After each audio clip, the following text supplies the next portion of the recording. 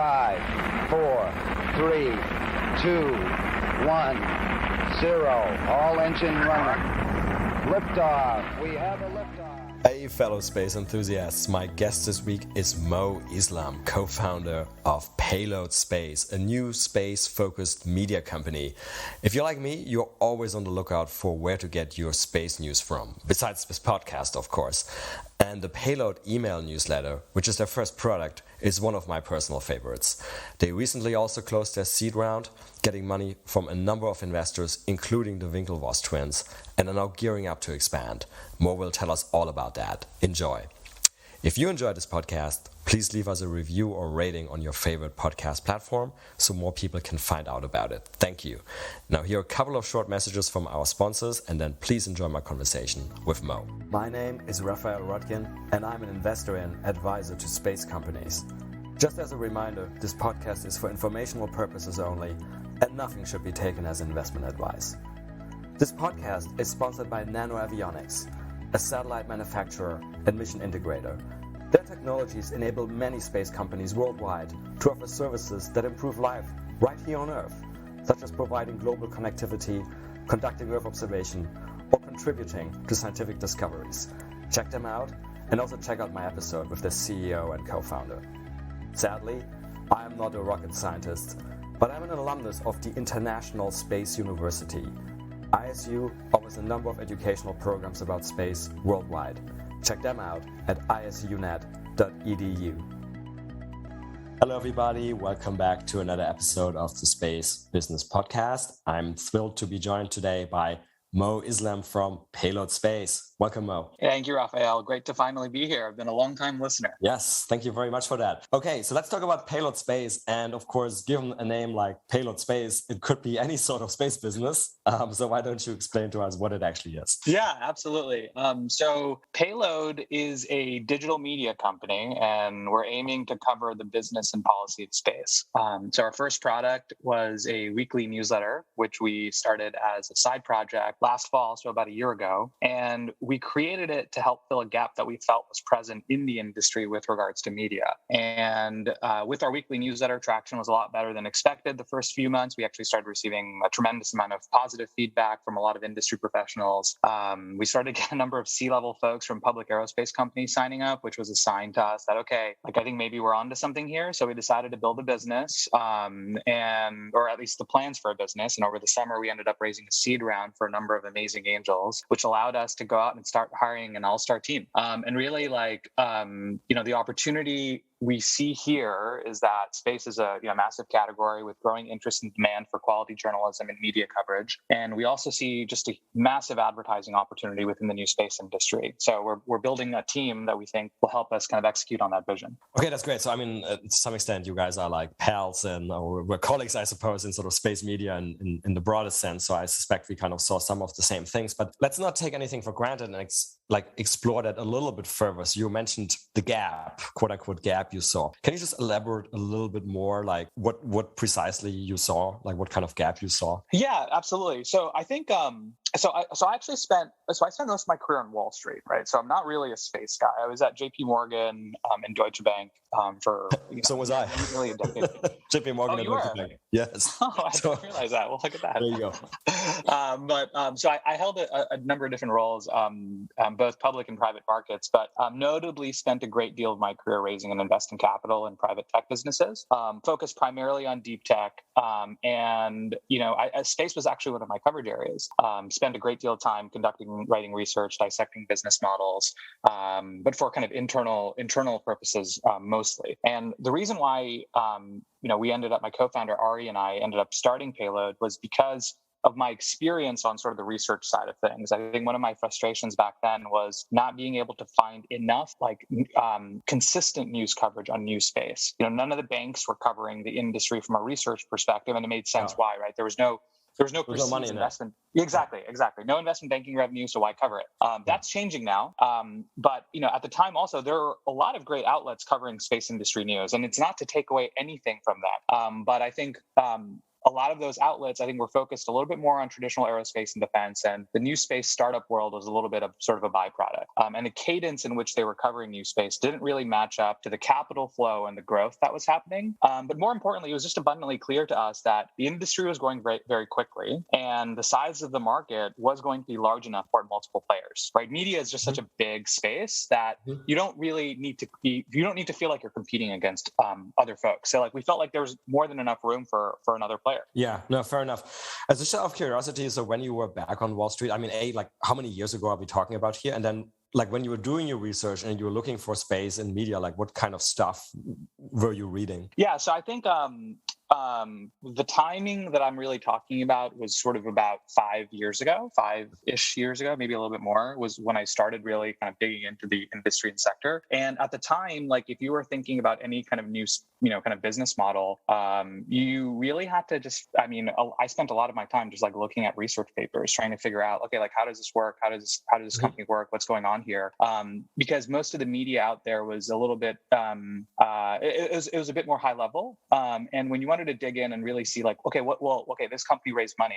This Earth observation business is raising money. They're going after the commercial sector. What are the implications, right? There was no one really talking about that, so to speak. And it's not like if you went in that time period and looked for articles, you couldn't find them. You absolutely could, but it was sort of in our mind a little bit of a mismatch, meaning like there was so much going on, so many companies raising money at pretty kind of breakneck speeds, and just felt like I just couldn't find the information, if I'm being honest. And I wouldn't call myself a bad researcher. I just couldn't find the information. And I was like, okay, like if I can't find the information, like what do we do here? Maybe there's a way to like create. And this, by the way, this was a multi-year conclusion, right? It wasn't like in the very beginning, I was like, oh, like what obviously makes sense is to start a media company.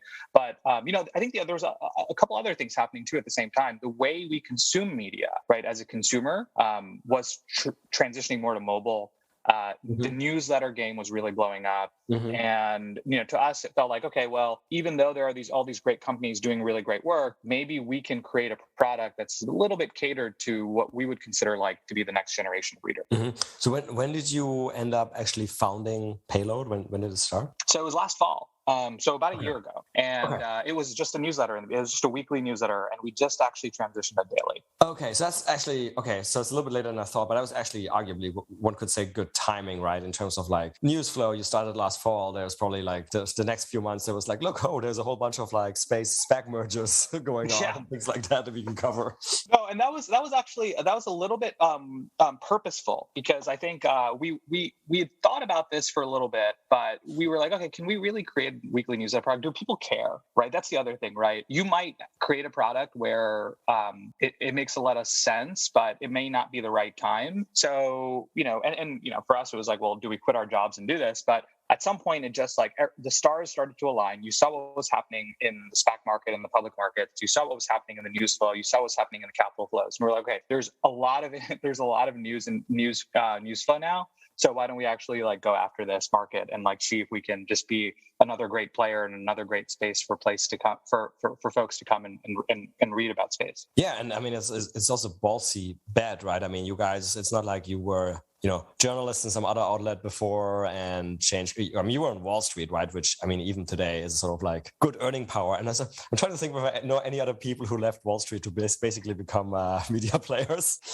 Well, it's media is a really, really tough business. And there's a lot of media companies that have failed quite, honestly, and it's not an easy business, but we do see a lot of value in what we call B2B media. So media businesses that are obviously focused on niche audiences, and you don't need to have 1 million, 2 million readership to actually build a business. And we've seen that also. I mean, crypto is a really, really good example, right? There's a remarkable amount of similarities to space and how that industry and how the media side of that industry has really grown and really begun to dominate, a lot of the things that people read. Yeah.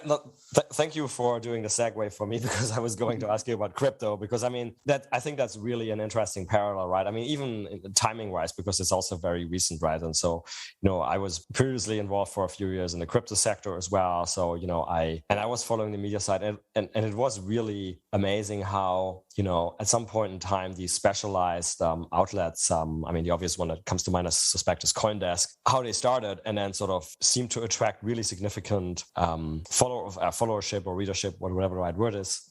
Following, I suppose. Like, where do you see sort of the parallels to crypto? Like, what are applicable parallels, and then maybe what are some of the things that are different? Yeah, I think that, so if you look back into like 2015, 2016, when many of the major crypto media businesses were really just starting to take off, the readership was dominated by people who actually worked in the industry, right? So folks that worked at the crypto projects or exchanges themselves. But now crypto has become ubiquitous, right? In one way or another. And the readership has grown exponentially. You have more industry professionals, but you now have investors, readers from adjacent industries who simply want to keep up from a competitive standpoint. So like bankers, fintech companies. And of course, there's this broader consumer interest that's grown. And we think that the same story is going to play out in the space industry. And we're already seeing those signs. Space media, for the longest time, has had a very, very industry-specific readership. And we think now, because of the pace of growth and innovation, you're seeing a number of very interesting tailwinds. So just to kind of parallel it back to crypto, like industry professionals, the number of folks that are working in the industry are expanding, right? The amount of capital that's being raised in space is forcing space startups to hire at record amounts. And there are simply not enough folks from traditional aerospace and defense and engineering backgrounds. So you're now seeing new folks enter the industry that haven't had or don't have the traditional background, and they're going to need to keep in touch with news flow. With the growth of these new businesses and business models, satellite broadband and connectivity, you're going to see like certain adjacent industries like traditional telco start to pay attention to what's happening, because they're going to need to know that is their business being disrupted. And I think we're in the middle of the next space race. I think there's a lot of people talking about that, but I think we're going to see a lot broader consumer interest in space, like we did in the Apollo era when the US was competing against the Soviets. We actually just recently did a piece or a chart on NASA's Twitter following and how massive it was compared to things like what you would think would have really like much maybe larger Twitter followings like ESPN or like the NFL or the Champions League. So NASA has a very, very far reach, and that's only going to get like clearly people have always been interested in space, but we think that broader consumer interest, like it happened in crypto, is going to happen in space as well. And those are just some of the dynamics that tell us that the way you build a media business in space may have to be approached a little differently today just because of where things are going. Yeah, and so that target audience question is a really interesting one, isn't it? Because you have to decide, I guess, sort of also where on the spectrum you want to fall, sort of like B2B, B2C, and also sort of like technical, non-technical, right? Sort of like, give it a tangible example. When I started this podcast, one of the first decisions I made was, I wanted to be non-technical because precisely of what you mentioned, that, if we want the space industry to grow significantly to trillions of dollars, we need more employees from non-space sectors, more journalist investors, more entrepreneurs from non-space sector. Like we need more of everything. And hence we need to draw these people in. So it sounds like you guys are also going for a broad audience rather than, say, the specialized one that like the people I met last week at IAC who sort of follow space anyway. Yeah, so I think I think it's a good question. It's a good question. So our target audience right now is just industry professionals. What we want to do is we want to create a product that if you're in the industry, every single morning when you wake up, the first thing you want to read is Payload, and we want to create a product that's actually a little fun to read. Right? It's not. We don't want it to be dry. We don't want it to be too technical, like you said.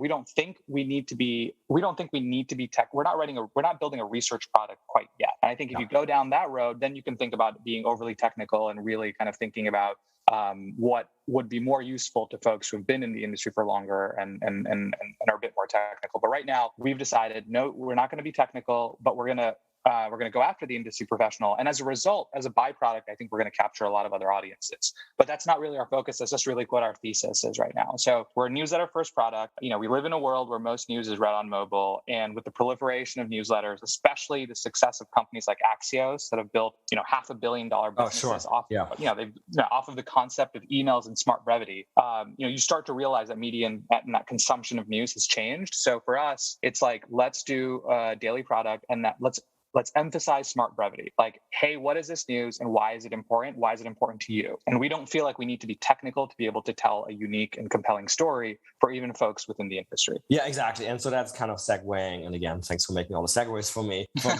the target audience to sort of like how you guys think about content, because there, again, you can sort of kind of think along various axes, one axis being sort of like, how broad versus how specific you want to go. And I guess I agree, like, if you go very technical, probably means you go very specific. And then there's like specialized publications for like, just do satellite communications and things like that. And I assume you guys want to be space, but sort of in a broad sense, right? Sort of like covering the various business and, like you said, policy aspects of the various activities going on in space. Yeah. Yes. So is the question really around how we're thinking about content? Yeah, exactly. And so like what you cover, how you want to cover it. Yeah. So I think that, so for us right now, we're really just focused on making sure we don't miss anything. And what that means is like, it's getting hotter and hotter. It is. And it's interesting when, like about a month ago, we were thinking about, okay, is there enough news flow for us to actually write every day? And we basically for a couple of weeks just practiced. We said, okay, like if we were to write a daily newsletter, what are the stories that we would be writing about? And after 2 weeks, it was abundantly clear. I was like, okay, like yes, there are days when like the news cycle is pretty light, but in general, there's more than enough to write about every day. So that sort of prompted our decision to go daily. But in terms of our content strategy, right now we're really just focused on making sure that we don't miss anything. Our team is not very big, right? We have 3 folks right now. So myself, Ari Lewis, our co-founder, and then Ryan Duffy, who's our editor, who we hired from Morning Brew. And we actually just hired a 4th person who actually starts with us on Monday, Rachel Zisk, who joins us from the Northwestern School of Journalism, and she's awesome. So she's joining as a writer. But as I think we scale our group, I think that's when we're really going to focus on truly original. I mean, we have some original journalistic pieces right now, and we're sort of scaling that up. But that really, I think, is going to take off once we have our full team. And we are, right now, we are still sort of going through our growing pains and like thinking through what our editorial and content strategy is. And Ryan is still kind of getting his grasp over like the entire industry and what's happening and trying to kind of think about where we want to focus. But we do have some ideas, right? So I think on the policy side, we think there's a lot of things to talk about. There's folks out there who are doing a really good job right now. And, we think we can only just be additive. But on the policy side, if you think about like the next, call it year or so, right? You have the 2nd anniversary of the Space Force. That's going to be important, just kind of implications and what that means and how it's done. Long-term competition with China, that's going to always be something that we really, really want to focus on. China is just, at least in the US, the readership is very heavily interested in what's happening there. Obviously, and anyone in Washington and on the Hill who is remotely in the aerospace industry wants to know what's happening in China. And space is military, so how does that dynamic develop between those world powers? What type of weaponry becomes critical to develop because of its use as a deterrent? So, right, that's the policy side. And then on the company side, we want to cover the SpaceX of the world and what they're doing, but we also want to really focus our attention on startups. Like, what are they doing? What are they building? We're building out our content calendar right now for the next few months. We're going to have exclusive interviews with startups that we don't think are getting enough kind of media coverage. We're going to do startup profiles and just, I think, a whole host of new content that people are going to love. And we do have in our roadmap a paid research product down the line. So that's something where we're actually going to do, and that's sort of where I think my background really will start to help, which is just breaking down business models, right? Hey, this company is doing this. Does it make sense? Is it helpful to the infrastructure of space? Or is it really dependent on kind of like a layer 1, layer 2 company being built first before that business model even starts to make sense? And I think that's where we're going to do more of those deep dives on companies. And I think leading up to that point, I think we're going to do that for free. And it's going to be through op-eds or different analytical pieces that you're going to see in the newsletter and our website.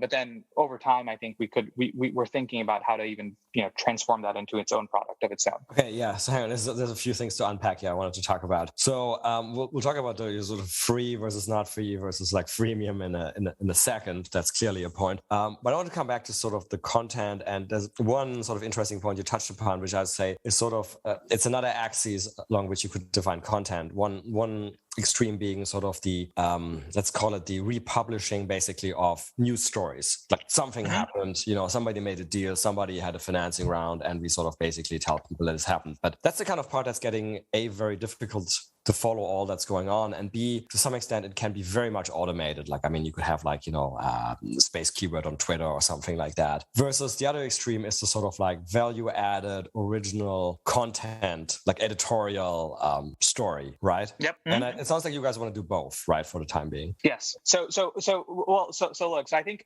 you take a look at an example like The Information, right? The Information is an amazing product, a journalistic product, and they quite literally do not republish or talk about anything. They don't publish frequently, but when they publish, it's all original content. Yeah. That's it's very hard to do. And I think in the space industry, it's particularly hard to do today. That doesn't mean it can't be done, down the road, creating a product where it's just like, I think if you went down that road, I think there would just not be that many stories. I think it would be hard in like the cadence of building a product. Yeah. And for us, we're trying to build a media business, right? We're trying to actually capture a lot of ad revenue, and we can talk a little bit about what that means and how we intend on doing that. Yeah. But, if you don't generate enough content, you don't generate enough distribution, and you don't generate ads to kind of support that business. So that's why, right now we're really focused on just making sure, like, in our product, you won't miss a piece of news. Like, that's our goal right now. Like, so every single day you get it in your inbox, and everything that's happened, it's covered, right? So you just have that in your inbox, and it's told in a really nice, interesting, and kind of unique way. It's fun. It's something you want to open up every morning. And I think as we scale our team and as we kind of get sort of that part right, I think then we can really start to think about like really great kind of original content. Okay, that makes sense. And so let's talk about just the sort of free versus paid questions. So you guys, obviously the newsletter at the moment is free. How did you guys arrive at that decision? Have you thought about, and then leave aside the paid research, because that clearly is a more value added product. But I mean, there's sort of like in between products, right? Like you said, if you have like a really something that's only editorial stories, or something that's, sort of bordering on investigative journalism, right? I mean, there's an example here in Europe, in Paris, right?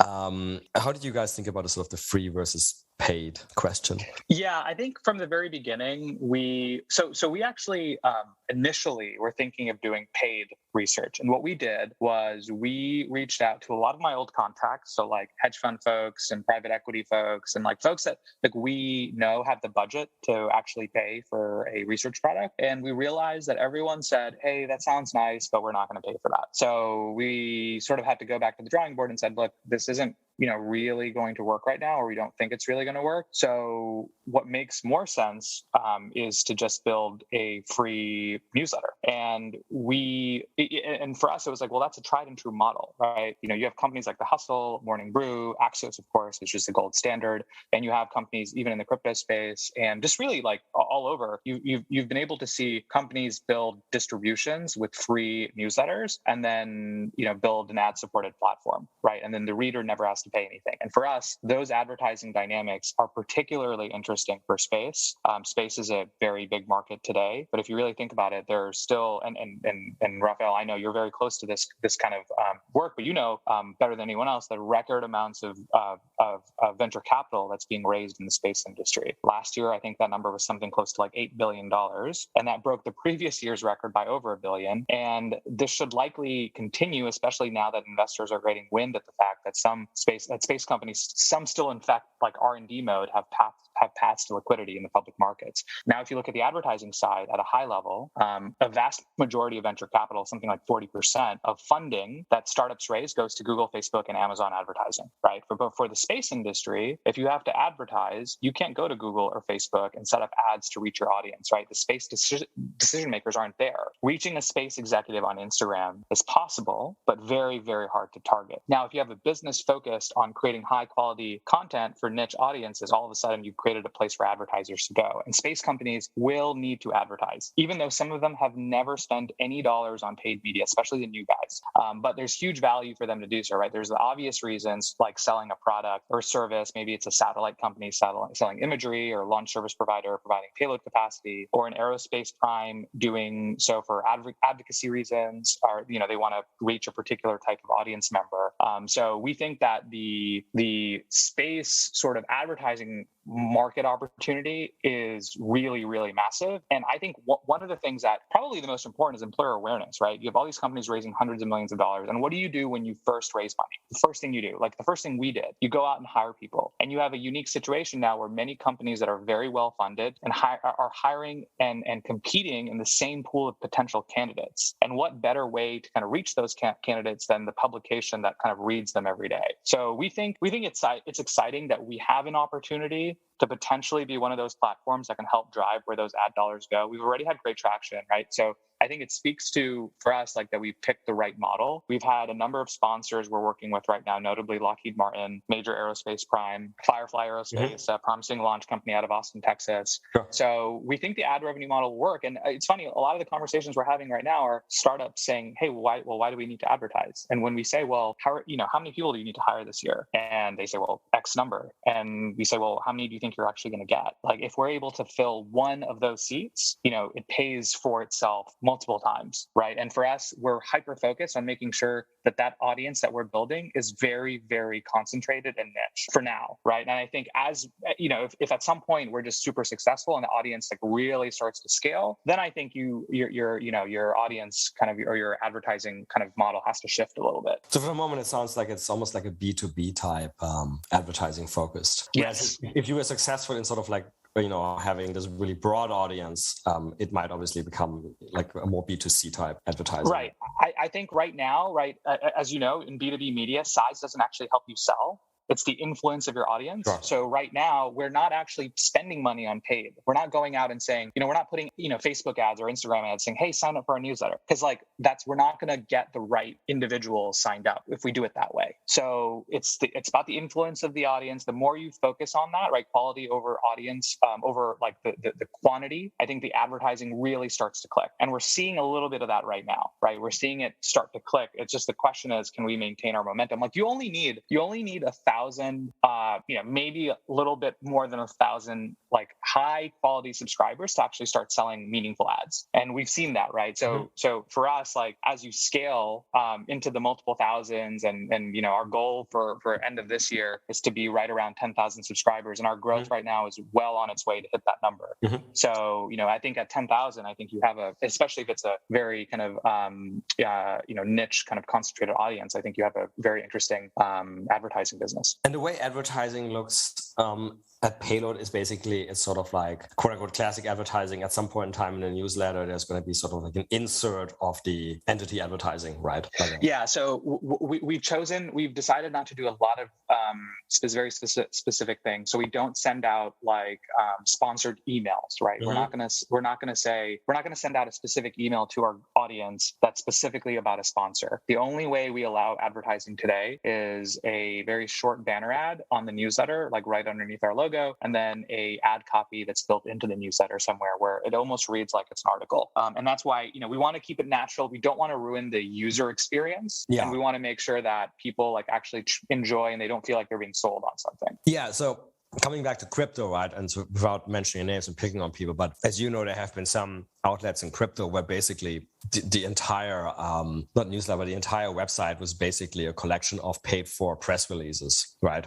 Yeah. It sounds like that's clearly not where you guys want to go. No, definitely not. And I don't think we need to go there because we have so much inbound right now from startups who just want to tell their story. And they're just like, hey, we don't know. And that sort of, again, is another fact point or fact pattern for us to say, okay, like, these really great companies don't feel like they're getting the distribution, right? And it's not because companies may necessarily don't want to. It's just there's a lot of companies right now that are raising money, doing great things, and they are just looking for a distribution channel. And for us, we don't even think you have to even go down that road, right? And have no interest or plan to do that. Hey, and by the way, I forgot to ask about it. The space industry is also becoming like more and more global, right? I mean, obviously, it still is, relatively dominated by activity in the US. By many metrics, 2/3 of the space sector. But there's a lot of interesting stuff going on around the world now, right? In places like India and other places. Geographically, how much do you guys want to cover?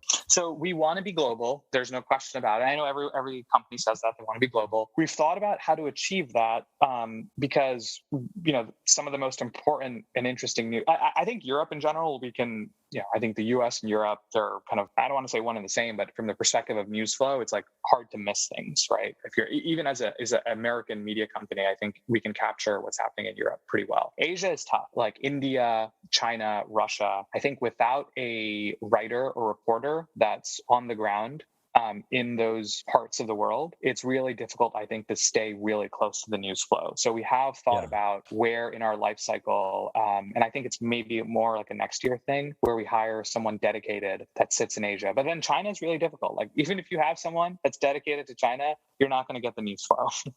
China, I agree. I find really difficult. I mean, you may know one other thing I do is sort of put out a monthly review of financing rounds.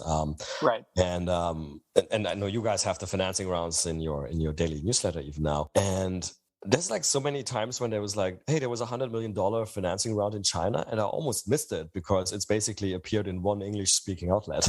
Yes, and the other thing is, right, like oftentimes you don't even know how to like fact check that. You're like, oh, it was on Weibo, and you're like, someone wrote it on Weibo, and all of a sudden, there's just one media outlet picks it up, and then people start writing about it.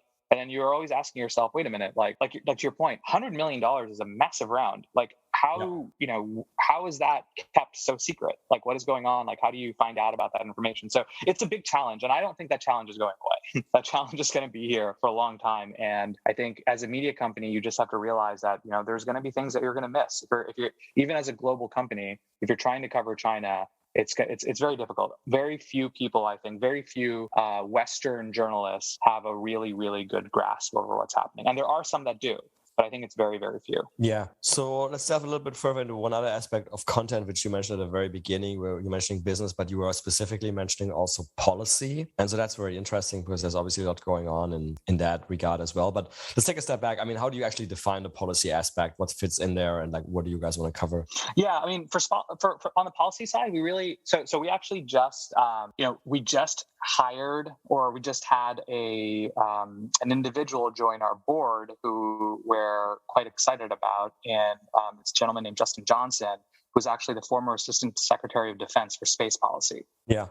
And he was actually part of the team that built and started the Space Force.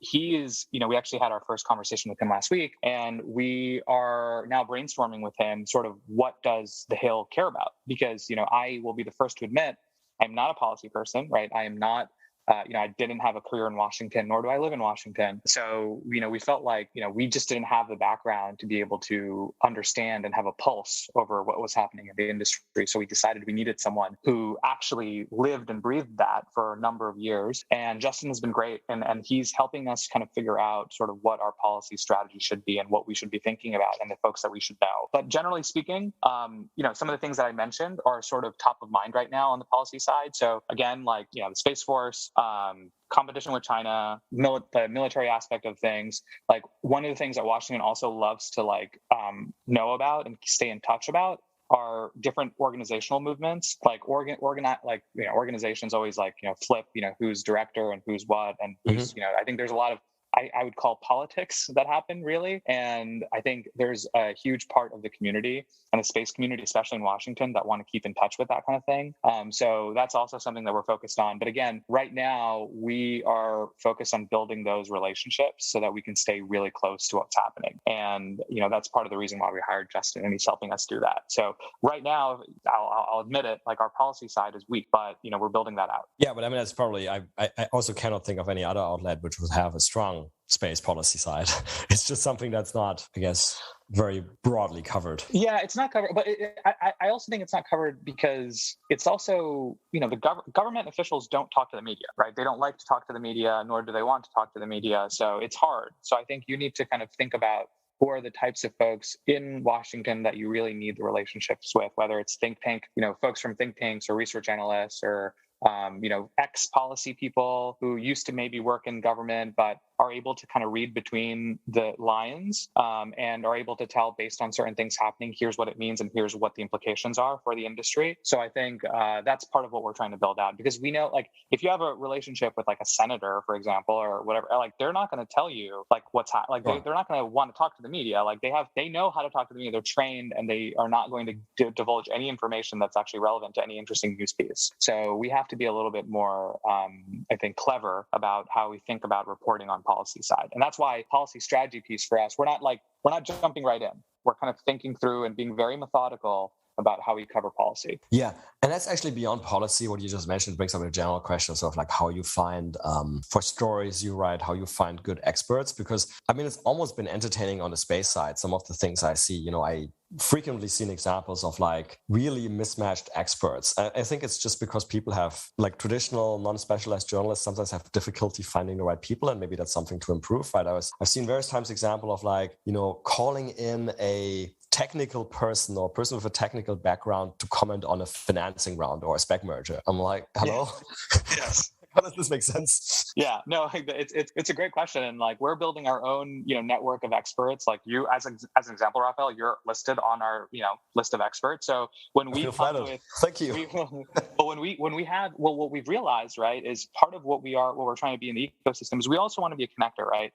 We have this amazing group of individuals that read us, and we have all these folks that reach out to us to meet us, and we also reach out to folks, and the space community has been very amazing in the sense that they've been very supportive. But for us, we're also like, we get questions from, for example, investors. This happens quite often, right? Investors also, especially new investors who've never really looked at space. We're now what I would consider like the tourist VCs who come in and say, hey, we're looking at this. Do you know anyone? But more important than that, like when a space company comes and talks to us and say, hey, we're trying to build this, we're trying to do that. Like, do you guys have any contacts?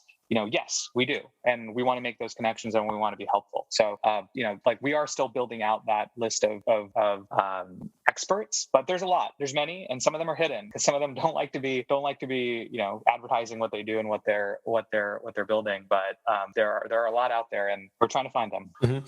So along those same lines, I mean, you mentioned before, the size of your current team, and of course you guys just raised and you're hiring people, and then you also outlined, the various ambitions where you guys want to go. And it seems like, oh my God, that's like a lot of stuff you guys want to do, and the team is still very small. How do you see that growing? I mean, is it going to be more sort of internal hiring, or are you going to be working also with like freelancers, columnists, contributors, or how do you see that evolving? Yeah, so I think, when I look at the current team right now, I'm like very, very happy about where it's at. So, Ari has the media and policy background. Ryan has the editorial background from Morning Brew. Rachel is a great writer. Our advisory board is actually really interesting, and it's been very, very helpful. We have Adam Ryan, who is the former president of The Hustle, one of the most popular newsletters out there. And he was an investor at the Chernin Group, which is a major media private equity shop. Salim Malkana, who's actually a mastermind at media product development. He's currently at NBC Universal and is actually an aerospace engineer himself. So we found and discovered someone who's really good at media product development, but also is an aerospace engineer. So he's been great. And then of course, Justin on the defense side. But, for us, it's been like, we have all these thoughts and visions, and clearly we've talked a lot about a number of different products here, but right now the low-hanging fruit is just the daily newsletter. It's like, why don't we? There's just not enough great kind of daily content that's being produced that's delivered in your inbox in a really seamless manner. So why don't we continue focusing on that? And then I think over time we can think about all the other great products that are related to a media company, right? So we have plans to start a podcast early next year. We want to do webinars. We want to do conferences, a paid research product down the line. We have plans for a data product, which unfortunately we can discuss on a future date because we're keeping that under wraps for now. But we are thinking about what a data product could look like for space. And I know that sounds very vague. A data product, what does that mean? But we figured out, I think there is a way to tie together what we're doing on the media side and all the data that's being produced in space. And how do you create a product that actually is super, super valuable for people that work in the industry? So we're thinking about a number of different things. But again, I think that's why we're being very methodical about our hiring, because we're not going after that yet. So we're not going to hire for that yet. That makes sense. And so kind of on the content side, well, actually, no, let me take a step back. On the newsletter, last question. So the newsletter was until recently a weekly newsletter, and I already liked it back then. Now it's a daily newsletter. Just sort of like 1-2 minutes. How do you guys decide to go from from weekly to daily? Yeah, so we were thinking about how do we create a habit, because in a weekly newsletter you have folks who are space industry folks, but you also have like enthusiasts, and you have just folks who are like, oh, this is interesting, space is cool, let me see what these guys are saying on a weekly basis, right? For us, the move to daily was a few different reasons. One, the most important, is we want to create a habit. We want to be able to have folks kind of almost like instinctively every morning say, okay, hey, what's happening in space? I need to open Payload. And unless you have a daily product, you don't create that habit. So that's sort of point one. Point two is also like we were trying to like refine our audience. So we had this thought like, okay, well, when we switch to daily, we're going to lose a lot of people, right? Because I'm sure there's a lot of people that signed up for us that just want to know, just occasionally want to hear about space news. But what ended up happening was quite the opposite. Yes, we did have unsubscribes. There's no question. There's people that were like, oh, I don't want this daily. But we ended up having the opposite effect, and we actually grew our user base about 30 or 40% in about 3 weeks because of the switch to daily. And I think it also spoke to how people wanted the product. So the move to daily ended up being really well. And of course, the most important thing, right? When you have a daily product, you have 5 times more ways to advertise. Sure. So in other words, to generate revenue. So it was a combination of a business decision and also a decision of what we thought would be a better product for the community rather than having a weekly piece. And also one of the challenges we had, and we alluded to this earlier, when we were doing a weekly piece, there was a lot of important news that we had to cut out because the newsletter was going too long. We were like, wait a minute, we're doing this weekly, but we can't report on this. This is so important. But like, if we add like these 3 or 4 more stories, it just becomes ridiculous. Like no one wants to read a novel every week. So we decided, okay, like, let's do daily and let's shorten the newsletter by half and just, increase the cadence. And then hopefully we can continue. And we were able to maintain not only engagement and open rate, but we were able to increase subscribers. So right now, so far, it looks like it was right. That's great. Yeah. And I must say, certainly for myself, I thought, my God, it's moving to daily. Will I be able to like read this do I want to read this every day? And I am reading it every day. So it's, it's good. Well, good. We definitely appreciate that. And okay, so coming back to the question I did want to ask. So we talked so much about content and the different type of content. And so, what have been some of your, I don't know, if you want to pick just 1 or 2, some of your favorite stories so far? And it could be stories that already came out, or if you want to talk about something that's about to come out as well. Yeah, well, I'll talk about something that I feel like will start to get a lot more media coverage and should get media coverage. And we wrote a few different stories about this, but really just companies building commercial space stations, I think is fascinating. So like Axiom, like NanoRacks and Lockheed that just announced a free flying space station, the Orbital Reef, which was Blue Origin in concert with Sierra Space and Boeing. Yeah. I think that's really interesting. We've written about it, and it is something that I think we're going to see a lot more news about. I think space stations in general are very interesting business models to look at. And when you really think about like space media, like what's the sexy thing to write about? Launch. Everyone writes about launch, and as you should, right? That's one of the most important pieces of the industry, like getting things up into space. But I think the space station, both from a geopolitical perspective, both from the companies being involved perspective, I think is really interesting. I don't know what you think about that, but I think that there's going to be a lot more interesting developments over the next 5 to 10 years. Yeah, we'll need a separate episode on that one. But no, I think that to me is interesting. I mean, you have China building, Tiangong, Russia with plans to deploy its own space station within 5 years, the ISS pretty much falling apart. So we are going to be writing more about that. And I think the other thing that I think is really interesting is like advertising in space. So we are not necessarily like writing pieces about that, but we're trying to highlight how interesting and how space commands a massive global audience, and it's only going to grow. And there's like, long histories of really interesting brand partnerships in space, right? The obvious ones that come to mind are like the Omega Speedmaster, right? The Moonwatch. Yeah. During the Apollo missions, there's a number of brands that have helped fund research and science on the ISS. And, I think, like we mentioned earlier, like NASA's massive social media presence on the Twitter side, but also on the Instagram side. I actually didn't realize this until a couple of weeks ago. NASA has 71 million followers on Instagram. Wow. Right. And to put it into perspective, that's as much as like Dua Lipa or Gigi Hadid, who are considered like global superstars. So I think that's kind of funny. And if you look back on the sponsorship side,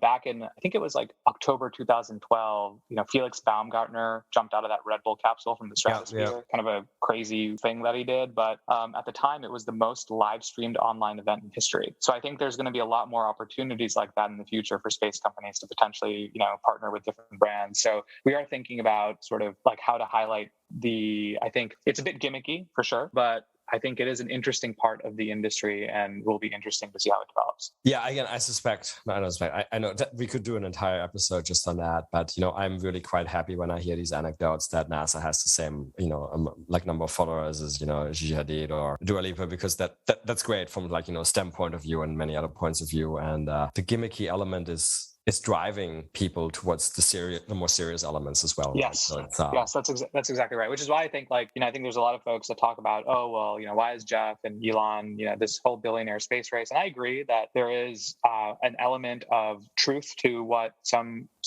folks are saying and some of what the media is reporting, but there's no question that those types of events are driving people to the more important pieces of the industry and what's happening. And we need more of that, right? We need more folks. We need more kids and the younger generation to be interested in space and want to go after jobs in STEM jobs. And the more we have these types of events, and the more we have this like showcased, I think it'll just create more interest and desire from the younger generation to like think, oh wait, space is really cool. If I actually study science and engineering and do all this cool stuff, then I can actually work in that industry. So yeah, I'm going to go do that. Yeah, and I really hope that some of your plans for content will sort of that's not so much like news stories, that's more I guess editorial content, but I hope some of your content will help on that front as well, because there's still so much I think misunderstanding at times about space. You have the people like Prince William commenting recently about like, oh, the billionaires in space and we shouldn't spend that money on space, we should spend it on Earth, or like the misunderstanding of like how important space is for climate change and things like that.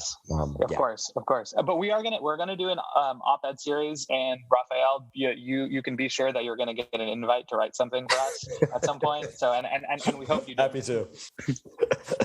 Happy to, as long as it's like reasonable, like 2,000 words. So nobody wants to read more than 2,000 words anyway.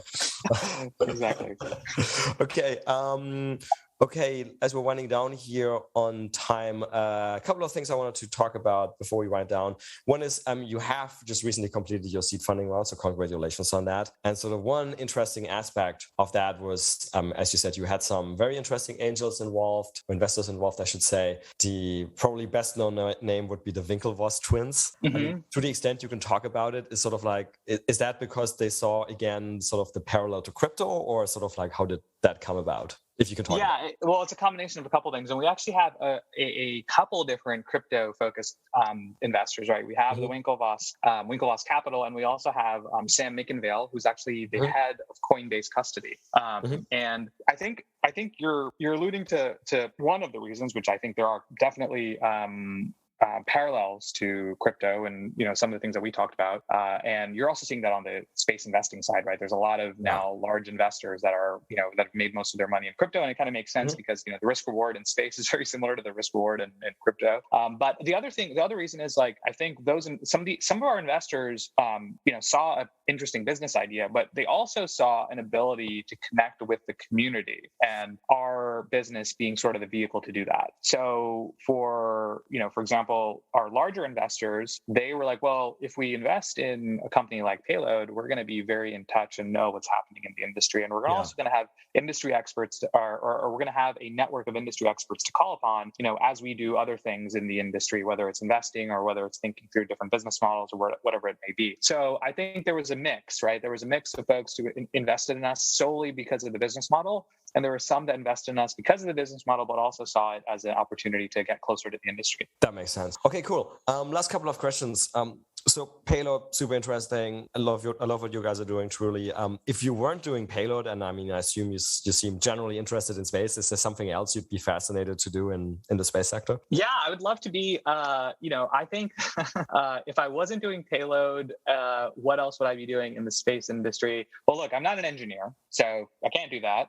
I have a background in finance, so I think I would love to be I would have loved to have done some type of CFO or biz dev role at some startup or space company. I think that would probably make the most sense, both from an interest perspective and what I'm good at, and I think where I could actually be helpful. I can't sit here and say I'd want to be a propulsion engineer, even though that would sound really cool. Yeah. Join the club, exactly. Okay, and then our last traditional question is science fiction. Do you like science fiction? And then what are some examples of your favorite science fiction Could be anything. Book, TV, movies. Dune just came out, obviously. If there was a question I could have prepared for, it's this one, because I know that you always ask this at the end. Let's see. So yes, love science fiction. It is my favorite genre by far. If I'm thinking about science fiction, so I'm a big fan of like Blade Runner. So the book, Do Androids Dream of Electric Sheep? It's probably one of the first books that I've read that really got me into sci-fi. And it's, this crazy dystopian story of what Earth was like after like this nuclear war. And I think it combines a lot of interesting elements, right? The existential thought about who we are as humans, the empathy side of things, and of course, like there are elements of space, and really influenced this whole new wave of sci-fi writers, and of course influenced the movie Blade Runner, which is an excellent movie. But yeah, I would say that's probably my favorite. Good stuff. And I just realized that it's been a week and I still haven't seen Dune. I really have to get myself over to the movie. I haven't seen it either. I've heard a lot of great things. Yeah, everybody who went it, I know, actually really likes it, which is encouraging. So everybody out there, go watch Dune.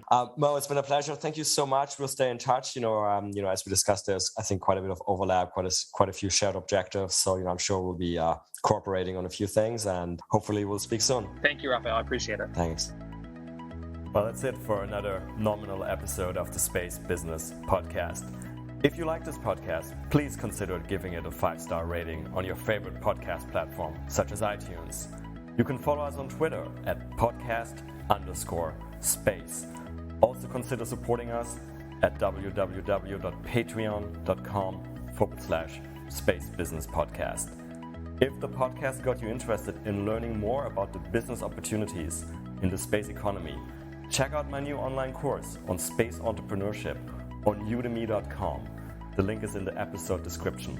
Lastly, if you have any feedback, including ideas for guests, and that may include yourself if you have an exciting space story to tell, or interested in being a sponsor, drop us an email at spacebusinesspodcast@gmail.com.